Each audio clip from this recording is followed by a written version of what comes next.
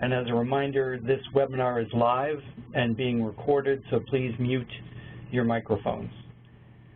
We are so pleased you could join us for today's webinar with Jim Citrin.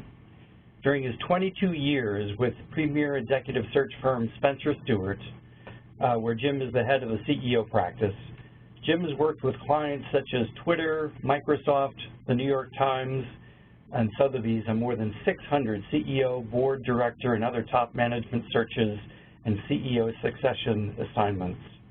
In 2015, he published the Career Playbook, Essential Advice for Today's Aspiring Young Professional, the definitive guide to creating, building, and managing a career, after coaching his own children and their friends as they navigated the waters at the inception of their lifelong career journeys. The Career Playbook is a clear and concise guide to the key areas and applied knowledge that your students will need to launch successful careers. Now, here to talk to us about ways to help your graduating students begin their job search and stand out in today's job market, please welcome Jim Citrin. Thank you, Roger.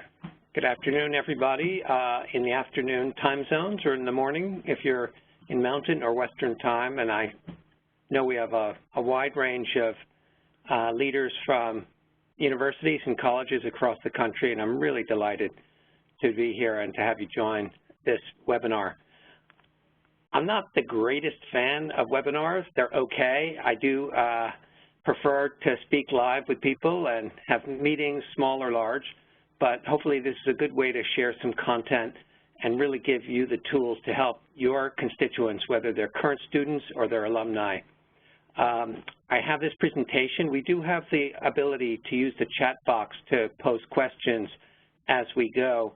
We'll try and keep this to under an hour and keep everybody back on their schedules. I do want to make a few thank yous, and there are some friends on the phone and on this call, which I really appreciate. First, to Roger, who I've worked with for close to 20 years. This is the 7th book we've done with Crown and Random House, and it's been a great collaboration. And his extended team, Ayelet Grunspec, is amazing, and the academic marketing team led by Michael Gentile and Lila Lee. So thank you to the whole Crown and Random House team.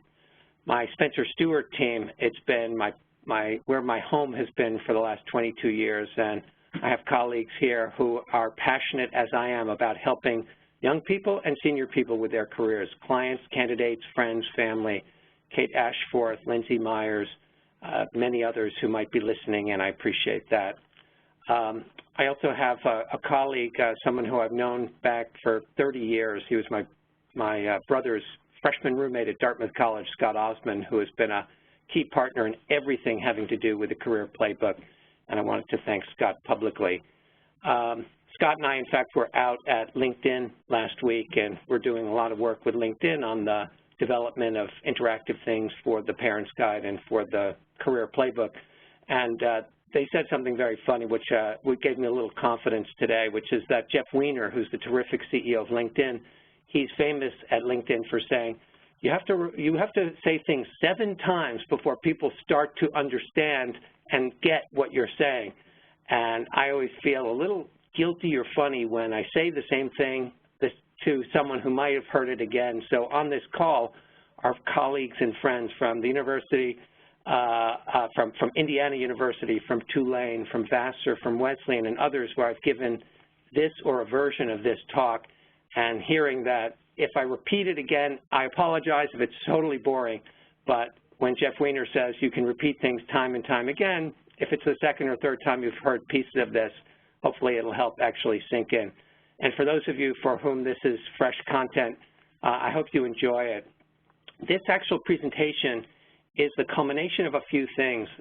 In August of 2014, I was actually contacted by my friends at Indiana University, the Kelley School of Business, one of the top 10 schools in just Indiana, and they had this idea that there needed to be some help for young people coming out of school and different kind of career programming as alumni grew over the course of their careers. And I had written another book with Roger and the Crown team years ago called The 5 Patterns of Extraordinary Careers, and the idea was to update that with fresh research for people coming out of college and in college, and what it means today in 2016 as we go forward in very tricky career settings. And then I'm a trustee at Wesleyan University, and my good friend Sharon Castingway, the Director of Career Services, and her team, Meg Zacco and others may be on the phone. I was asked to give a presentation back in February at our trustee meeting to all the trustees and to faculty and staff leadership on the challenge of liberal arts education and what that means for careers. So I did a lot of work to try and say how we, and I'll say we in the royal sense of all of you, how we can help our students compete. If you're a humanities student, the challenges are even different than if you're a pre-professional student. And so that was an input into this. But most importantly is what's here on the screen, this piece of work called The Parent's Guide to the Career Playbook. As Roger mentioned, I've got 3 kids, 26, 24, and 21, 2 Wesleyan grads and a Dartmouth junior, and all of their friends. And I just love careers. I love helping young people with their careers. It's really hard, no matter where you go. It's really brutal. And we did the work with a lot of help from people on this call and other colleges and universities across the country to give input. But in any case, what I also learned is that for those of you who are parents on the line, you know it's a tricky dynamic of how we can help our own kids with their careers. And so Scott Osmond and I, we did a lot of fresh research with parents about how parents should and should not help their kids, and that also extends to administrators. So with all of that as the introduction, let me dive in. And again, I'll welcome you to ask questions in the chat box, and we can see where we take it. But first, as an introduction, okay, sorry. There we go. Just as a quick background, as Roger mentioned, I've been at Spencer Stuart for 22 years. I lead our CEO practice, which means recruiting CEOs like the New York Times Company, Discovery Communications, SiriusXM, Intel, Cisco, Yahoo, many, many companies, but also doing many other board and other top leadership executive recruiting assignments. In the process, I've estimated that I've interviewed over 10,000 times. And so trust me when I say I know what it takes to be a good interviewee and some of the tricks and the trades, and whether you're a junior looking for an internship or you're an aspiring chief executive officer, the fundamentals of interviewing are not that different, and we'll cover some of the interviewing tactics, and I know that's a big part of the training that many of you in your schools and universities and colleges do with your students. I was at McKinsey for 5 years and on Wall Street a little before that.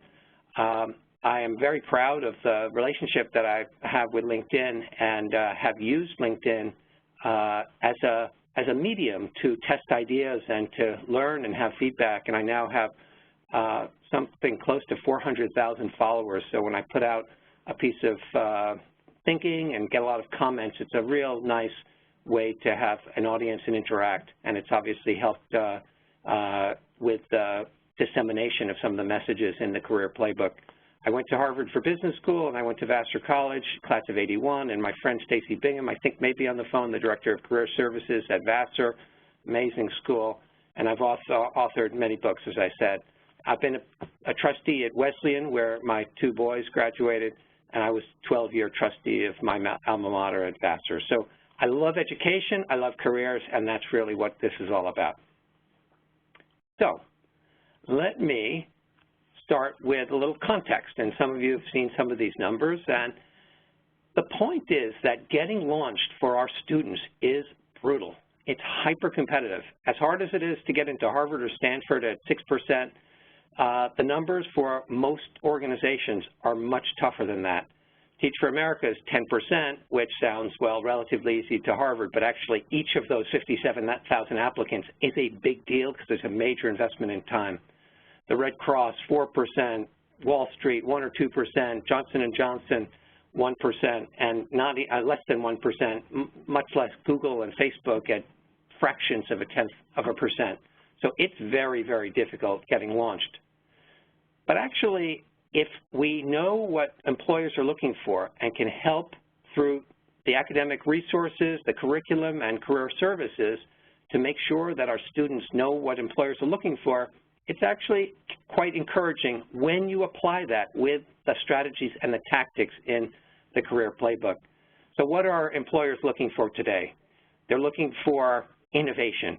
And what does it mean to drive innovation in a multifaceted, cross-disciplinary economy and world? That's intellectual skills and it's interpersonal skills. But it also has to be critical thinking skills, communication skills, but problem-solving skills. A lot of this has to do with what liberal arts teach. And many of you who have pre-professional students or technology or technical students, there are strategies for making sure that they're not just so narrow as well.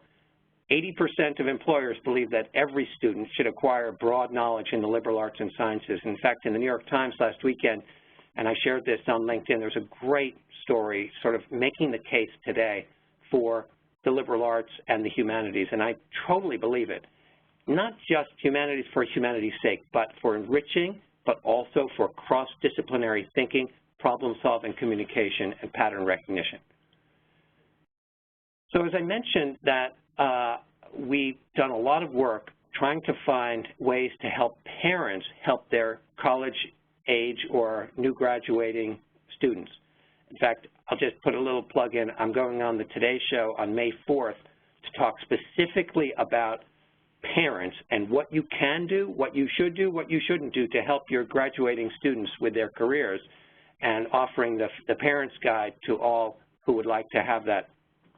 But the advice that I'll share and woven throughout the presentation, I do believe is some of it is specific to parents, but some of it is also very applicable for you as career services professionals. By the way, just another little thing, the pen and ink sketches in this presentation, which are drawn from the book and the Parents Guide, were done by a brilliant Wesleyan graduate named Anna Laura von Pence. She graduated in 2014. She was one of my son's best friends, and she's brilliant. And she just gets this stuff. And anyway, all of these drawings come from Anna Laura. So the first thing about parents, and again, you can, if you're a parent yourself, keep this in mind, but also if you're an educator, you can apply this. Here's what we think the advice should be for parents, what to do and what not to do. So first of all, you know, as a parent, be encouraging, be supportive, but at the same time, don't be Pollyannish. It has to be honest and realistic. It is stressful, and to try and not acknowledge that stress actually creates more stress. On the other hand, as the little sketch below looks, the overbearing dad to his 20-something daughter, don't be overly critical, but at the same time, don't sugarcoat the real challenges of how challenging it is to get a job and making it seem less arduous than it is. So the point is to try and be encouraging, realistic, and walk that fine line. So here's sort of one chart of the strategy of how careers work. And this is the most theoretical page in the book and section, but also on this presentation. The basic premise is that careers go through phases, and that at different phases over each of our careers, our value is based on two related but distinct things, what I call experiential value on the one hand and potential value on the other hand. Potential value is the value that a student or a person is going to be able to contribute to the organization in the future based on inherent qualities like their brains, their personalities, their enthusiasm, their problem-solving skills, their communicating skills, some on their technically trained skills. But that's very distinct from their experiential value, which is the value of a track record, having applied those skills in a professional setting. Over the course of the different phases, and the aspiration phase is really for the students who are in your schools right now, or maybe in the first 1 or 2 years, where basically the value is mostly on what they will be able to do in the future versus what they've already done, with some internships. That's the little shading on the experiential value. But then into the promise phase, which is the first 3 to 5 years of the career, and the kind of typically in the early to mid-20s. And then into the momentum phase, which is when someone should really have declared a major. I'm a finance person, I'm a human resources person, I'm a doctor, I'm whatever it is. The field that you've chosen, hopefully by the end of one's 20s. And by the way, ages are a little different today than they were 10 or 15 years ago. We see extraordinary leaders in the world doing things in their young 20s. We see people in their 60s who completely reinvented themselves. And if any of you saw the romantic comedy, The Intern, with Robert De Niro playing the 70-year-old intern, that's a fanciful, but still that principle works, that reinvention later in one's career. But the interaction of experiential value and potential value changes over time. And when someone hits their career stride, measured by the vertical axis, which is your value in the career market, that's on the basis of your proven track record, your expertise in a particular discipline, and then you start ratcheting up. And by the time someone reaches, hopefully the end of their momentum or harvest phase, they're at their peak of their value and impact in the market. And that typically, historically, that was kind of it. And then there was a smooth sailing into retirement. But now it's not quite so straightforward. There is reinvention. Lives are getting longer. People's energy is higher. And people have figured out that, to just go off and play golf or whatever, paint, that's fine. But that's not necessarily what a lot of people want to do. So reinvention is a theme. But for today and for your students, we're focusing more on the first two phases, the aspiration phase and the promise phase. Okay. So again, a piece of advice. Think of these as like little interstitial commercials as we go through. So I think one of the things that parents, but also educators, can do is provide guidance on how careers really work and how to approach the job search. On the same time, we all know the phenomenon, again, as you mostly as educators, you've seen helicopter parents, and they're like university administrators' greatest nightmare. Helicopter parents, are not productive. So the advice is to not do the work for your grad. A, it's counterproductive and it's annoying, but it also prevents the learning journey that this, painful as it truly is, it's a great experience for young people to go through this. And it's an essential part because, you know what, you all know this, they're not going to just get one job and stay in it for their whole careers. The average grad today is going to work for 12 to 15 different companies or organizations over the course of their careers. So how they pursue it, how they move from job to job, and we'll talk a little bit about that later, and how you interview and how you think about it and how you thrive are all skills that young people should know starting now. So what do students need to do to build successful careers? There are 4 things, and I'll go through each in turn. Number 1 is relationships. We live in the most interconnected time in history of humanity, and relationships are a fundamental oxygen with the way people operate and how careers work and business happens. So building strong relationships is job number 1. Number 2, students need to understand that there are very real trade-offs and how to think about that and how to weight those trade-offs differently over the course of one's career. Number 3, students need to learn how to interview well and how to do that. So we'll talk a little bit about that. And there are various action steps that, what are we, April now, and I'm sure some of you are working with college seniors and juniors and sophomores, and now's the time to really take action. So, oh, sorry about that. Environmentally friendly lighting. I'll just move for a second. That was ridiculous. Sorry about that. Building strong relationships. Okay. Point number 1. Relationships are relationships. Business relationships are also personal relationships. And personal relationships also have the opportunity to be business, or let's call them professional relationships. It is not as distinct as people may think, or certainly the way it used to be. I always say, and I learned this in a client service business at Spencer Stewart and at McKinsey before this, there's really companies, but companies are just compositions, or organizations are collections of individuals. And it's actually hard to build a relationship with an institution, but it's relatively easy to build a relationship with a person. And understanding that people-to-people relationships are really important. Number 2, having an attitude of success on others and focusing on how to help others an abundance mentality is absolutely powerful at building relationships, and that's also going to come through later on one of the success strategies on how students should think about getting launched in their careers.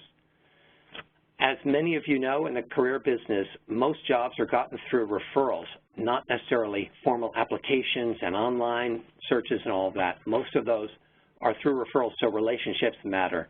And then the point of mentorship is essential. None of us can do it alone. The most successful people can credit a long line of people who have mentored them and helped them.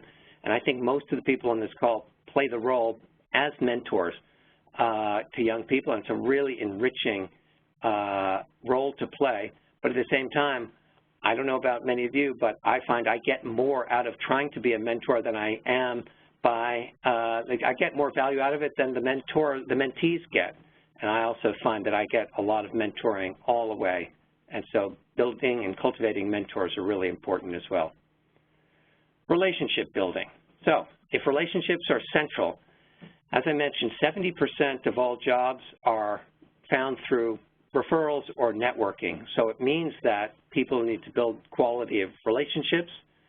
And there's something that Adam Grant, the professor at Wharton who wrote this great book on relationship building called Give and Take, and the advice there is actually that it's not just your closest circle of friends that are going to be the most constructive source of relationships for job purposes. It'll be what he calls the weak ties or the friends of friends and these super connectors. So it's the principle actually makes a lot of sense. If you're with your closest circle of friends, you tend to all travel in the same flow of information, but it's the friends of friends who will say, oh, I have a friend of so-and-so who would be great at X.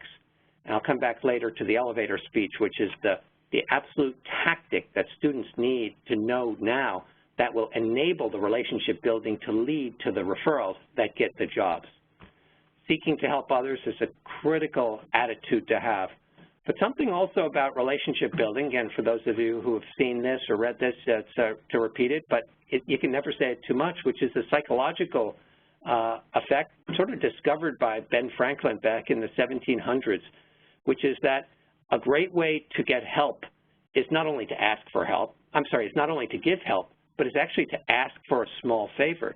And psychologists have come to name this the Franklin effect, which is the psychological phenomenon that if I ask you, can I get an introduction for my daughter's best friend and all that, the actual ask for that favor, when someone grants that, then psychologically they invest in your success. And I found whether it's raising money for cancer research when I'm running the New York Marathon or ways to help get my daughter's roommate a summer internship, I love asking for that. Obviously, I believe in what I'm asking for, so and it's not an inappropriate ask, but it's a way that creates these connections. So educating our students not to be shy to ask for appropriate favors, because once that happens, then it creates this give and take mentality. Now, on the same part of relationship building is the word networking, and I write in the career playbook, and I never liked the word networking, and the whole concept of networking makes me just a little uncomfortable. The idea that it's less about relationship building and more about exploiting, and think about those career fairs, which are networking, which are high-stress events. And I was really uncomfortable with networking until a couple of months ago. And I don't know if Byron Cantro's on the phone or anyone of his colleagues from Tulane, but I was a guest down in January at Tulane University. They do this amazing program called Career Wave, where they have 1,000 students on a Saturday, the full time, and focusing on their careers. And I had the privilege of giving a big presentation. But I saw another guy give a presentation who is probably the world's best networker, and it totally dawned on me, based on what he said, how networking actually works. And it's what he said. To me, the biggest takeaway are the 3 magic words.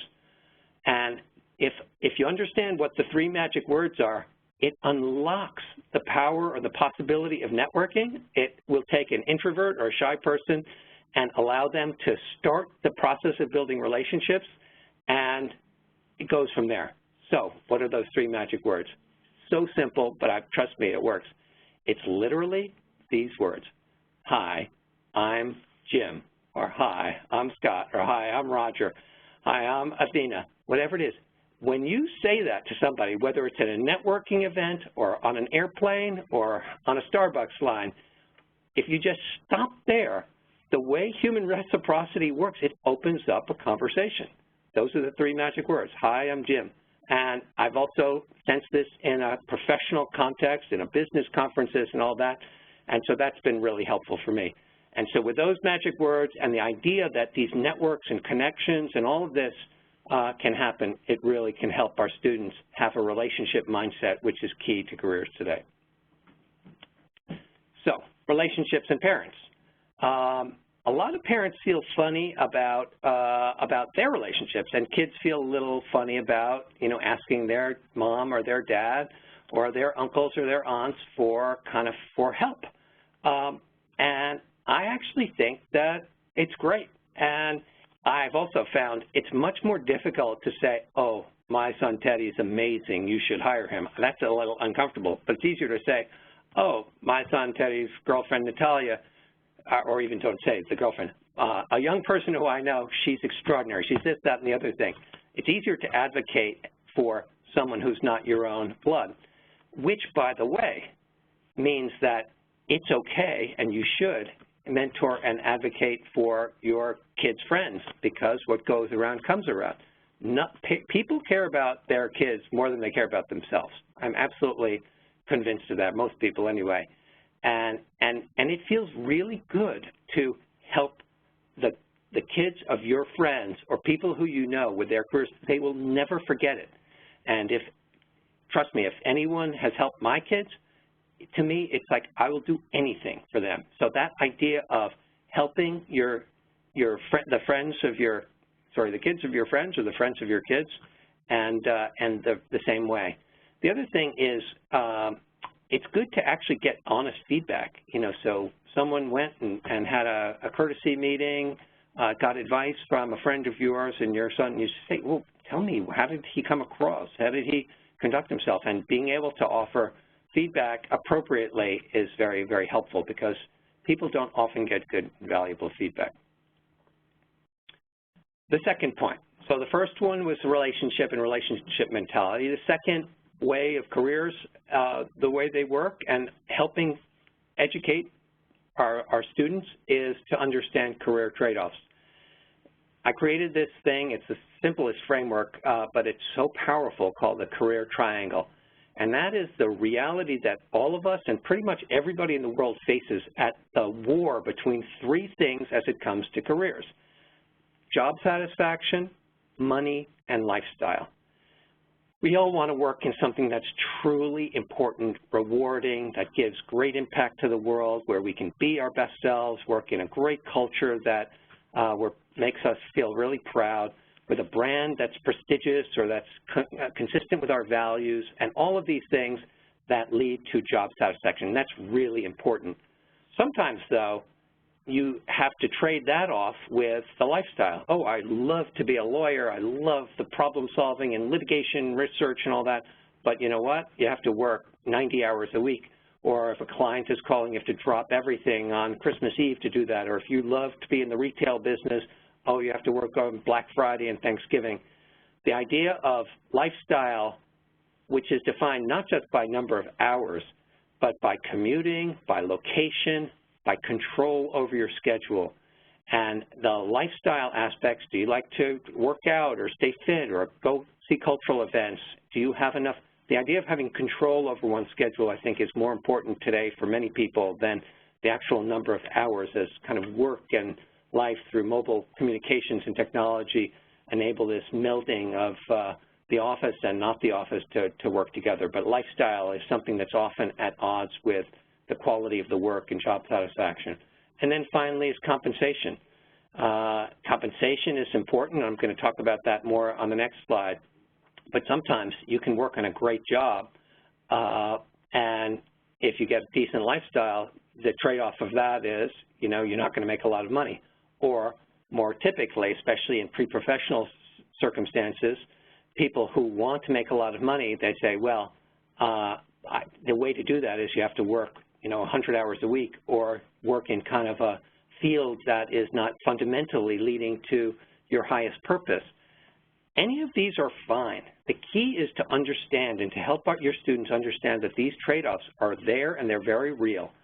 And if you go back to the 6 phases of the career, how someone is about these factors in their 20s or coming out of school when they might have $30,000 in student loans and the compensation might be higher and not have family responsibility, they're willing to put in the hours, but then that changes and you start getting on top of things and you start wanting to raise a family or something, so the actual number of hours or lifestyle becomes more important. How those 3 things interact are critical. And just knowing that there are different forces, I've found over time, it gives people more sense of control over the life to articulate what the various trade-offs are. So using this as a framework to help your students think about their jobs is a really important one. So let me just drill down on the compensation one, because it's not really the most polite topic to talk about, and yet it's really important. And here's something I learned in the research for the Career Playbook. The more success, the person who is most successful will be the quickest to generally say to a young person, oh, don't worry about the money, just do something you love, and the money will follow. The people who typically give that advice aren't the ones who are sweating to pay the rent or pay their cell phone bills or pay back student loans. And so students also, most students know that it's really kind of impolite to put money as the first thing they talk about. So I think it's a real important lesson that, again, all of us can do with young people to say, here's how you should think about money. First of all, think about it in the context to how other things value to you. What's most important to you and what is your life?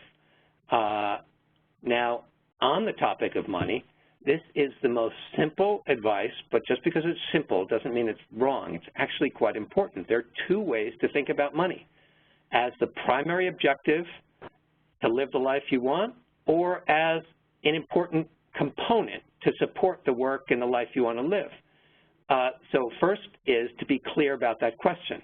And then, even more obviously, if money is the primary objective to enable you to live the life you want to lead, the best way to make a lot of money, again, probably most everybody on the call knows this, but it bears mentioning. The best way to make a lot of money is to go into a field that pays well. It's very difficult to break in to be in the music business and compose or be a concert director or an artist or anything, or work for a HIV solving charity, things that are really, it's very, very important, but they just don't pay well. You're not going to make a lot of money. Teaching, I love teaching. Teaching is a noble profession, but teachers do not make a lot of money. If money is important, then go into fields like technology, biotech, engineering, oil, obviously finance, legal, other kinds of professions that pay well. And so there are all these wonderful tools, and again, I'm sure many of you who are in the career services profession recognize this, but the simple advice to a 20-year-old is to have this conversation, ask them to be honest with themselves, to say, okay, if the primary objective is money, here are the list of fields that pay well. And the other thing is growing companies with higher profit margins tend to pay well. Again, simple kind of advice, but it bears worth mentioning. Okay, point number 3, moving along, interviewing well. Interviewing is a life skill. It's not just a job-getting skill, and it's certainly not just a launching your career skill. Interviews happen all throughout your career. Even internal promotions, they're done largely through interviewing. And so it's a really important skill that we need everybody on this call and everybody who you work with, they need to understand how to interview well. Interviewing is a skill like cooking, like tennis, like mathematics, like chess. You get better with practice. And the advice is practice, practice, practice. Don't just, prepare for the big interview. The more you do it, the better you'll get. Also, don't just answer questions. Tell me about what are your 3 greatest weaknesses? My 3 greatest weaknesses are 1, 2, 3. That's not a good answer. The answer to your 3 greatest weaknesses are to weave that into a narrative that answers the question, but that does it in the context that relates to whatever the interview situation you are, and that comes through practice. Having a narrative about, and the basic structure of an interview, by the way, we all know this, but students may not always know this. The first question, no matter how it's worded, in the first kind of 5 minutes is, tell me about yourself.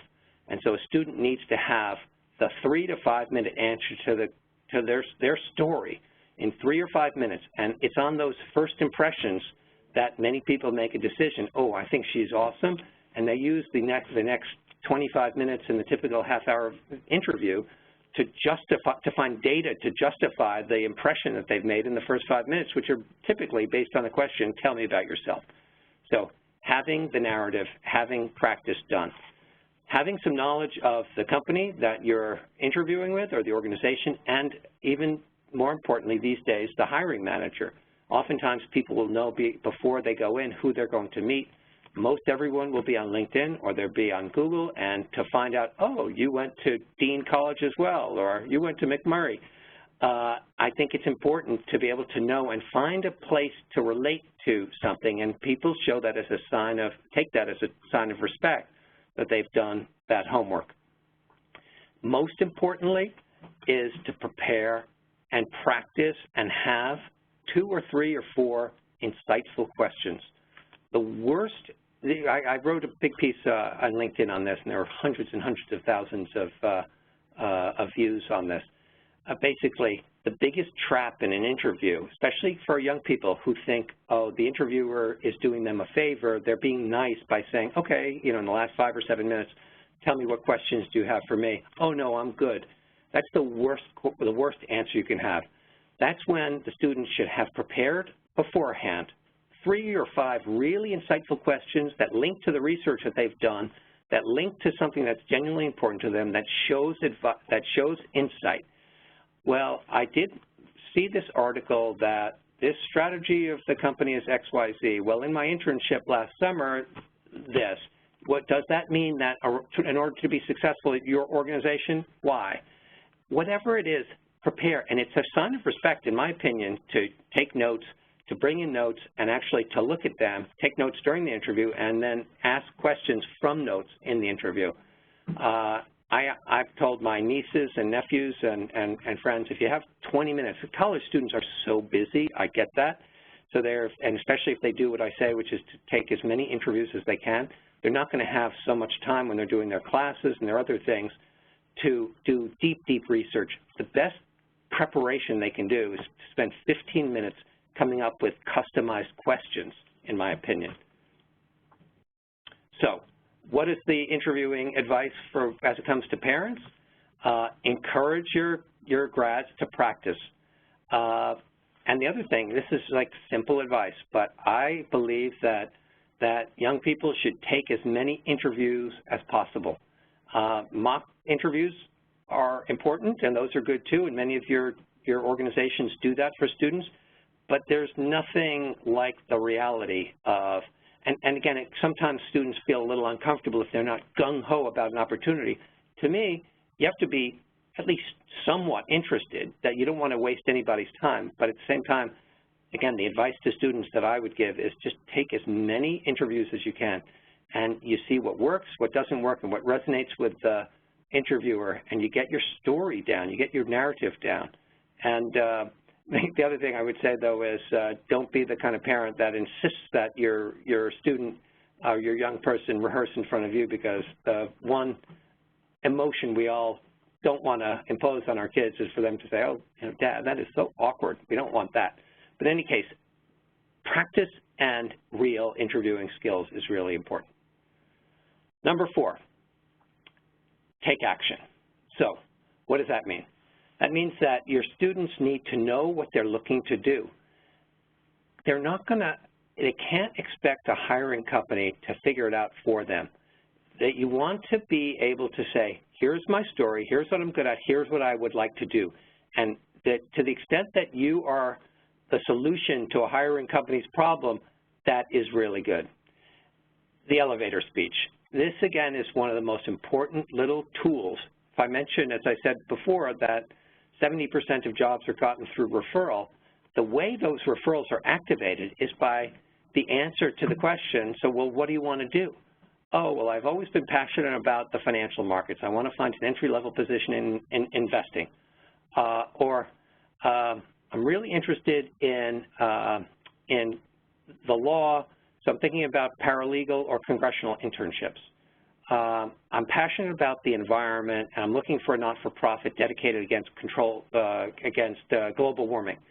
Whatever it is, it's a one-sentence or two-sentence answer that says what you're interested and then links to what you want to do.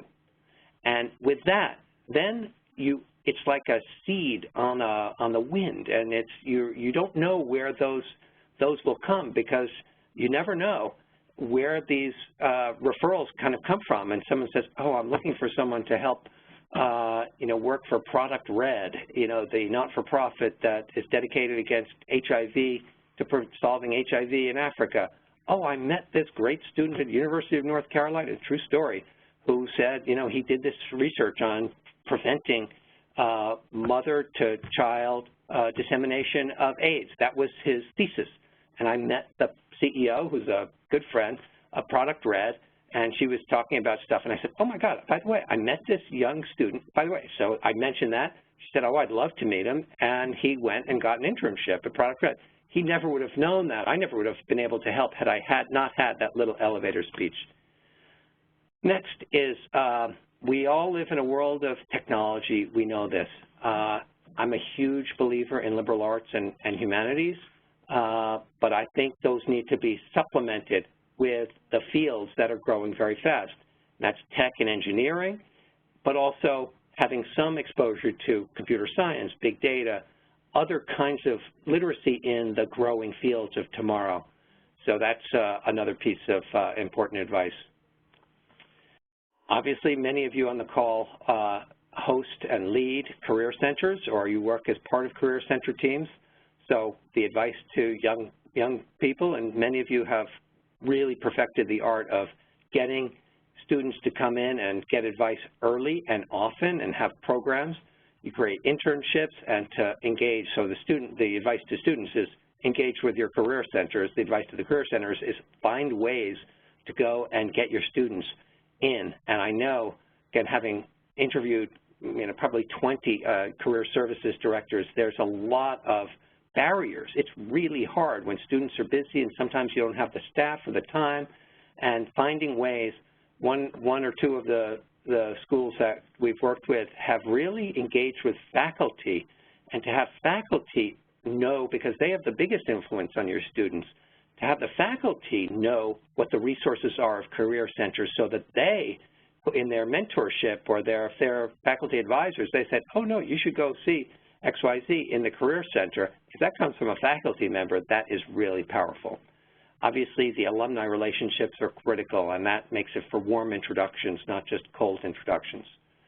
And then finally, being creative about getting one's foot in the door is really important. Obviously, having warm connections is better than a cold call. Cold calls are very hard. Applying blind on online sites is like a black hole.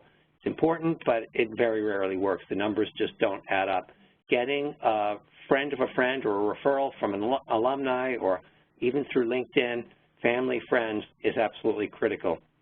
And then sometimes it's, as I say, it's really hard to get these jobs. Then everybody has good grades or good stories to tell, decent experience. But there are ways to differentiate, for students to differentiate themselves through their on-campus project or through creating a startup on the side, which many students do. I was talking to the head of HR at eBay to say, if you were looking at two students and one was a technically trained student and one was a humanities student, what would the humanities student have to do to win that job? And she said, well, obviously it depends on the job, but if it's like kind of even, and she said, I'd like to see that someone for not a lot of money, they could have started a little business on the side on eBay selling their remnants or something, or have insights, or SurveyMonkey said, oh, I've done this, use SurveyMonkey to do this research of my sorority, and this is what people think of, your service. Just being a little out of the box and showing the value of your creativity to these organizations is really, really key. How to get off to the right start in a new job. Just a couple minutes left, and then we'll close up and hopefully have time for a couple of minutes of questions. First impressions are lasting impressions. Again, it's what our mothers all taught us and what we teach our kids, but it's really important to make a good first impression. And a lot of that has to do with being a good communicator, trying to tell our young people not to speak the way they might with all their friends, the words of like and and I mean. That's not really good. Being a good writer is really important.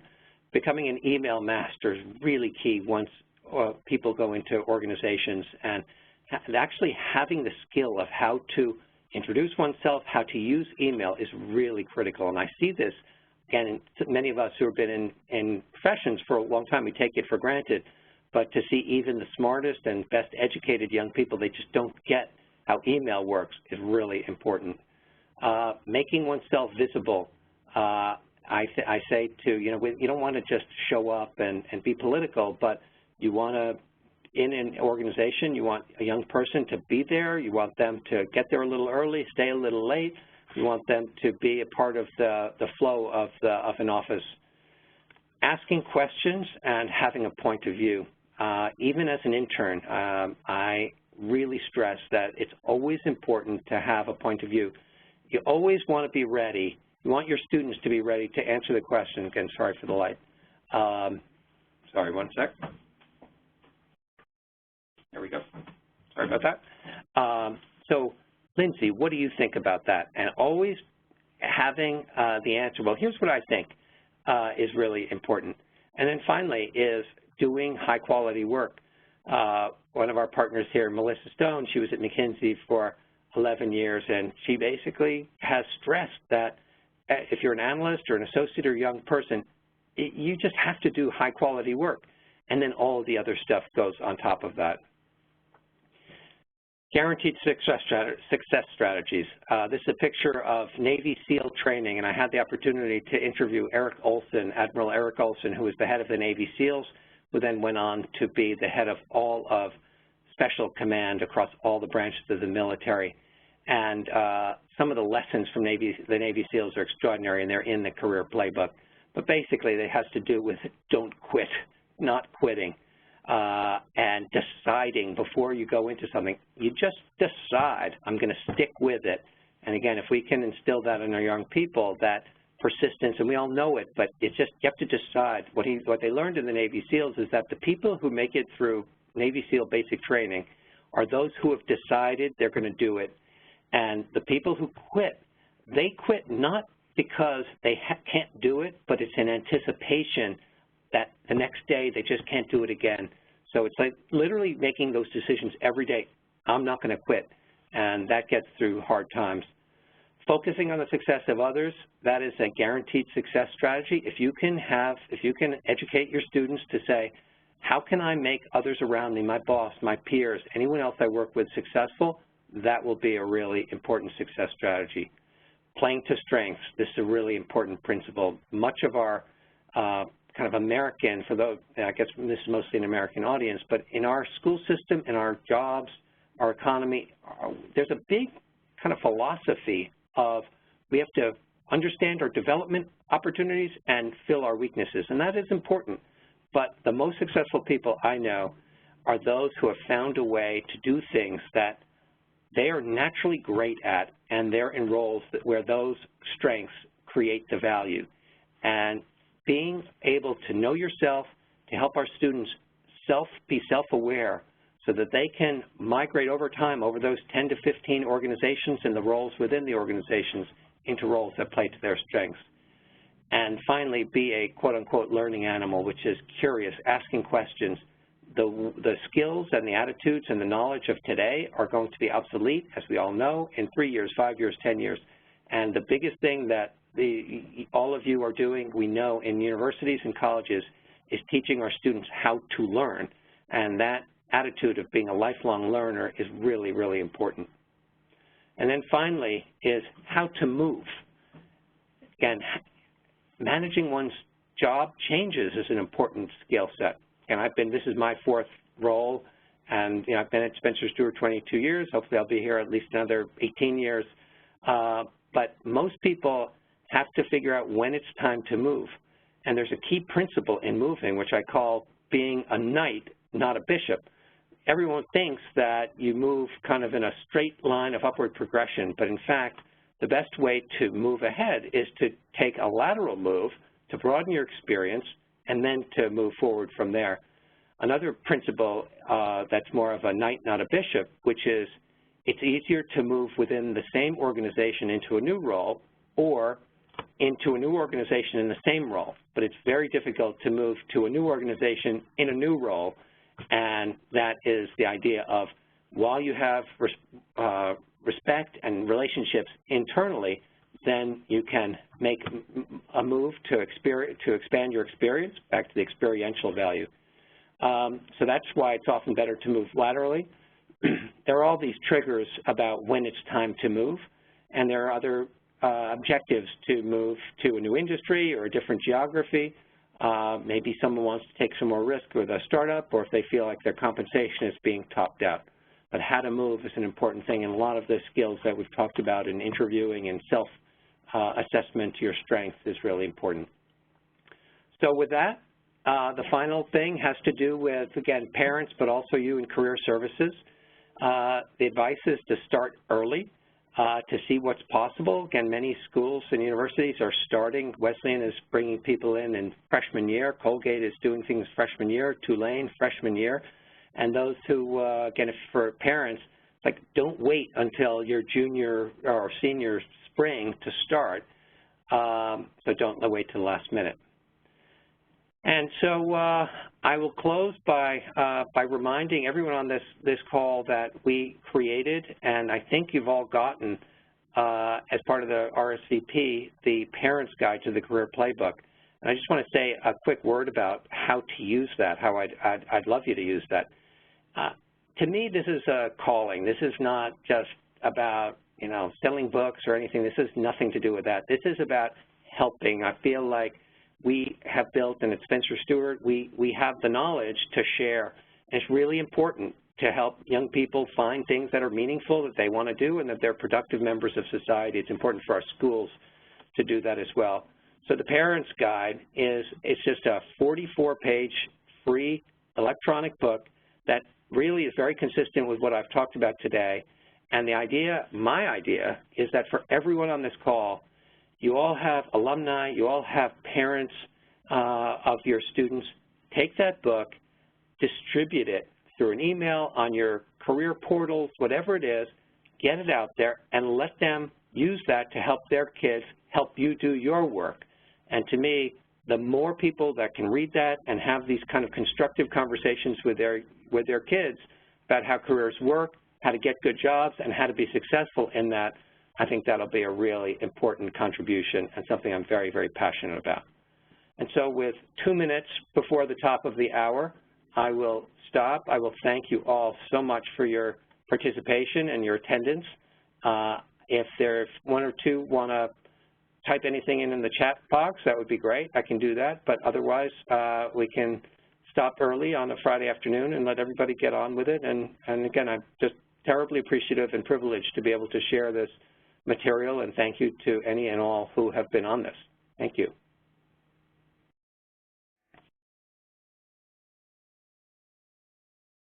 Now is when the lights should go off in the background, just standing here.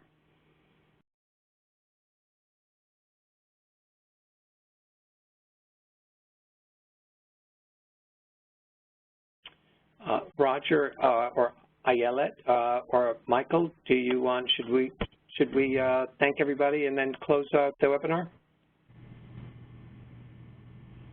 Ayelet?